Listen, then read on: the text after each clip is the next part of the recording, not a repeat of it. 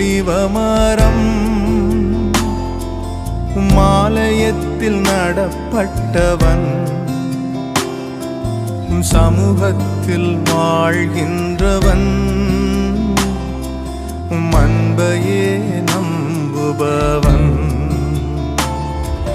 வசனம்தான் பசியாற்றும் உணவு பிரசனம்தான் தாகம் தீர்க்கும் தண்ணீர் வசனம்தான் பசியாற்றும் உணவு